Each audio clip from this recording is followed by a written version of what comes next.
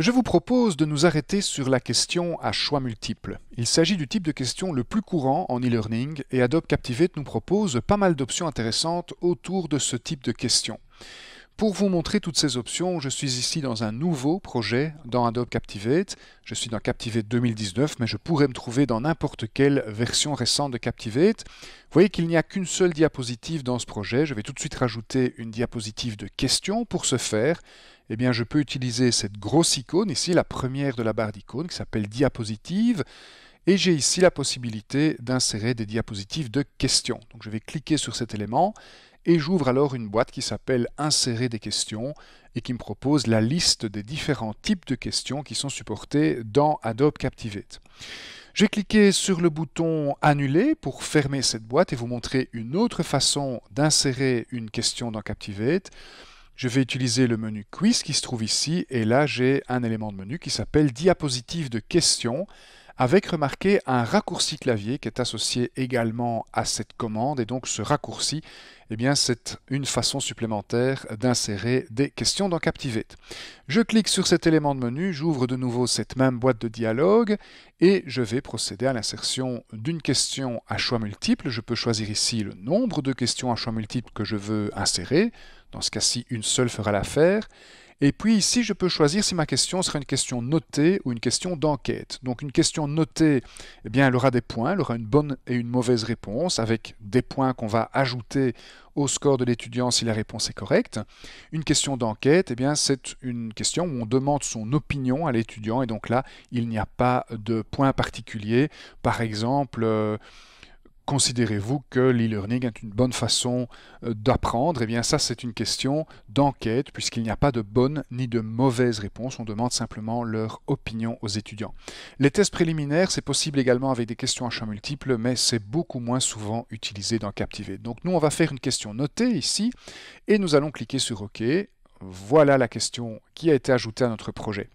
Alors, remarquez que notre projet comportait une seule diapositive. Il comporte maintenant 3 diapositives, donc nous avons inséré 2 diapositives ici. En effet, la diapositive de question que nous venons d'insérer, et qui est la diapositive numéro 2 du projet, est la première diapositive de question de ce projet. Donc Captivate a également automatiquement généré la diapositive des résultats du quiz. Vous êtes obligé de garder cette diapositive dans votre projet, sinon votre quiz ne fonctionnera pas. Par contre, si pour une raison quelconque, vous n'avez pas envie d'afficher cette diapositive à l'étudiant, eh bien, vous pouvez toujours faire un clic droit pour masquer cette diapositive. C'est une petite astuce qui permet de ne pas afficher cette diapositive, mais sans pour autant la retirer du projet, puisqu'on en a besoin pour que le quiz fonctionne correctement. Je vais cliquer sur le petit œil qui se trouve ici et qui signifie que pour le moment, cette diapositive est masquée, tout simplement pour la démasquer, puisque dans mon cas, j'ai envie de l'afficher. De retour sur la diapositive numéro 2, sur ma question à choix multiples, eh bien voici les divers éléments que vous retrouvez par défaut sur une question à choix multiples. 2 petites nuances à apporter à ceci. Tout d'abord, au niveau de la mise en forme de cette question, eh bien elle va dépendre de votre thème. Donc je suis ici dans Captivate 2019.5, la toute dernière version disponible au moment de tourner ces vidéos. Et au niveau du thème, eh bien, le thème qu'on utilise dans cette version de Captivate, c'est le thème Perl. C'est le thème par défaut qu'on utilise ici dans ma version de Captivate. Donc ce que vous avez devant les yeux, c'est la mise en forme d'une diapositive de choix multiples, donc la mise en forme par défaut du thème Perl que j'ai utilisé ici. Ce sera différent si vous utilisez un autre thème. Deuxième petite nuance à apporter, ce sont les boutons que nous avons ici dans le fond. Vous voyez que j'ai 3 boutons, le bouton envoyer et puis ces 2 boutons avec des flèches vers l'avant et vers l'arrière. Eh bien, il se peut que vous ayez plus ou moins de boutons en fonction des préférences que vous avez mises dans Captivate au niveau des quiz. Pour le reste, c'est assez simple. Vous pouvez double-cliquer ici sur cet élément pour changer le nom de la question, ou plutôt le titre de la question. Je vais mettre par exemple ici géographie. Voilà. C'est ici que vous allez taper la question. Donc vous allez double-cliquer ici et taper la question. Quelle est la capitale de la Belgique? Voilà, comme ceci. Et puis bien sûr, vous allez devoir maintenant mentionner des propositions de réponse. Donc je vais double-cliquer sur ce premier élément et mettre comme proposition une ville belge, mettons Liège par exemple. Je vais proposer ici une deuxième réponse. Je vais mettre, mettons, Louvain. Et puis, bien sûr, la bonne réponse n'est pas encore mentionnée, puisque vous savez que la bonne réponse, c'est Bruxelles. Donc, pour pouvoir mentionner la bonne réponse, je vais devoir demander à Captivate de me générer plus de réponses que les deux qui sont là par défaut. Pour ça, je vais me rendre sur mon panneau quiz qui se trouve ici. Alors, ce panneau quiz, il ne sera disponible que pour les diapositives de questions. Regardez, si je suis sur une diapositive classique, le panneau quiz, eh bien, il s'efface, il n'est pas disponible ici dans Captivate. Il ne sera disponible que quand vous serez sur les diapositives de questions. Deuxième petite chose, si ces panneaux ne sont pas disponibles sur votre écran, eh bien, cliquez simplement sur le bouton Propriétés que vous avez ici. C'est lui qui fait apparaître ou disparaître ces panneaux, dont le panneau quiz qui, rappelez-vous, n'est disponible que quand nous sommes sur une diapositive de questions. Alors ici, tout au-dessus, je vais pouvoir changer le nombre de réponses qui, par défaut, est égal à 2. Je vais mettre, mettons, 5. Et ça va me générer, vous le voyez, 3 possibilités de réponses supplémentaires. Donc je vais pouvoir mentionner ici la bonne réponse, Bruxelles, et puis mettre 2 propositions erronées supplémentaires. On va mettre Mons, par exemple, et nous allons mettre également une autre ville belge, mettons Ostende. Voilà.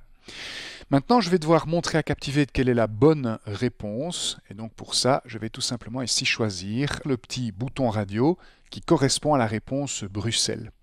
Ceci étant fait, on va pouvoir tester maintenant notre question à choix multiples. Pour ça, je vais me rendre dans l'aperçu des 5 diapositives suivantes.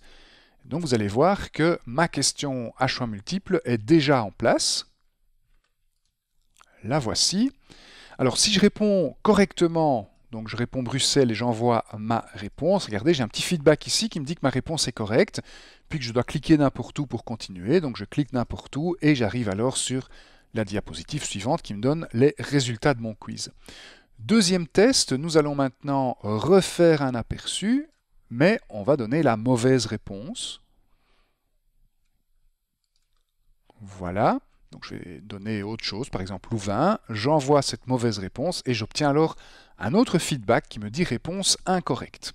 Alors quelles sont les différentes options à notre disposition? Tout d'abord, vous avez ici les différents messages de feedback qui sont, regardez, superposés les uns aux autres et que vous pouvez bien sûr modifier. Il suffit pour ça de double-cliquer dans le texte et de venir ici changer le texte. Vous pouvez également modifier leur mise en forme par les techniques que vous utilisez traditionnellement dans Captivate. Par exemple ici, pour la réponse incorrecte, je vais mettre un remplissage rouge clair, mettons ceci, et changer également la couleur du texte pour avoir quelque chose d'un petit peu plus contrasté, mettons carrément du noir.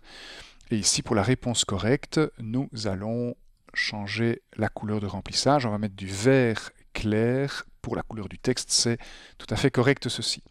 Dans mon panneau quiz, j'ai des possibilités supplémentaires. Tout d'abord, ici, au niveau des légendes, je peux choisir si ces différentes légendes seront ou pas affichées à l'apprenant. Par exemple, la légende correcte, vous voyez qu'elle est cochée par défaut. Si vous ne voulez pas afficher ce type de message, vous décocherez cette option. C'est ce que je vais faire avec la légende incomplète. Je vais décocher ceci et vous voyez alors que le message correspondant disparaît. Vous pouvez mettre une limite de temps pour répondre à cette question avec la possibilité d'ajouter alors une légende supplémentaire qui explique que le temps est écoulé. Je ne vais pas faire ça ici dans le cas de cet exemple. Au niveau des boutons, vous voyez que j'ai un bouton envoyer, j'ai également les 2 boutons avec des flèches qui se trouvent ici. Je peux ajouter, si je le veux, un bouton effacer, un bouton retour et un bouton ignorer. Ensuite, je vais devoir choisir ce qu'il se passe quand la personne répond à la question. Donc si la réponse est correcte, donc si réussite, eh bien je peux faire tout ce qui est ici dans cette liste déroulante. Donc il y a plein d'actions possibles. L'action par défaut, c'est continuer, c'est-à-dire qu'on va tout simplement passer à la diapositive suivante et on peut très bien imaginer, c'est d'ailleurs le cas la plupart du temps, que la diapositive suivante soit la question suivante du quiz, bien sûr. Mais vous pouvez aussi faire plein d'autres choses. Donc vous pouvez aller à une diapositive particulière, à la précédente, à la suivante. Vous pouvez ouvrir un fichier, vous pouvez exécuter des actions, etc., etc. Vous pouvez également choisir une action qui se passera quand la réponse donnée est incorrecte. Donc, par défaut, après la dernière tentative, eh bien, on a également l'action de continuer, mais vous pouvez ici choisir également une autre action. Ça, c'est très intéressant. Ça vous permet de demander à Captivate d'exécuter une action si la réponse est correcte et une autre action si la réponse est incorrecte.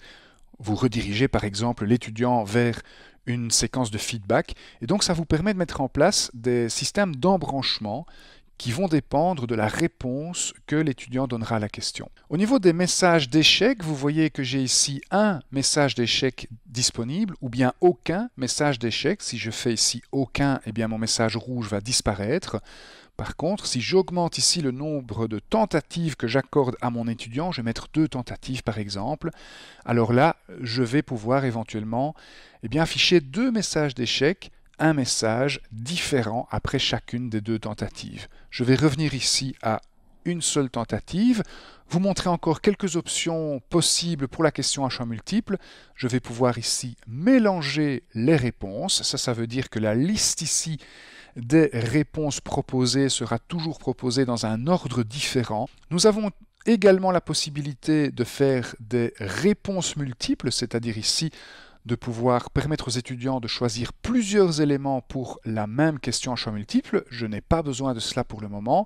Et nous pouvons également proposer ici des scores partiels et ça fera l'objet d'une prochaine vidéo. Donc voici les options les plus couramment utilisées pour les questions à choix multiples et allons voir un dernier aperçu pour vous montrer la version finale de cette question, en tout cas dans cet exemple. Voilà, donc je peux maintenant proposer une réponse et puis effacer ma réponse pour en proposer une autre. Vous voyez qu'ici, Bruxelles est maintenant la dernière réponse proposée dans la liste puisque j'ai demandé à Captivate de mélanger ces propositions.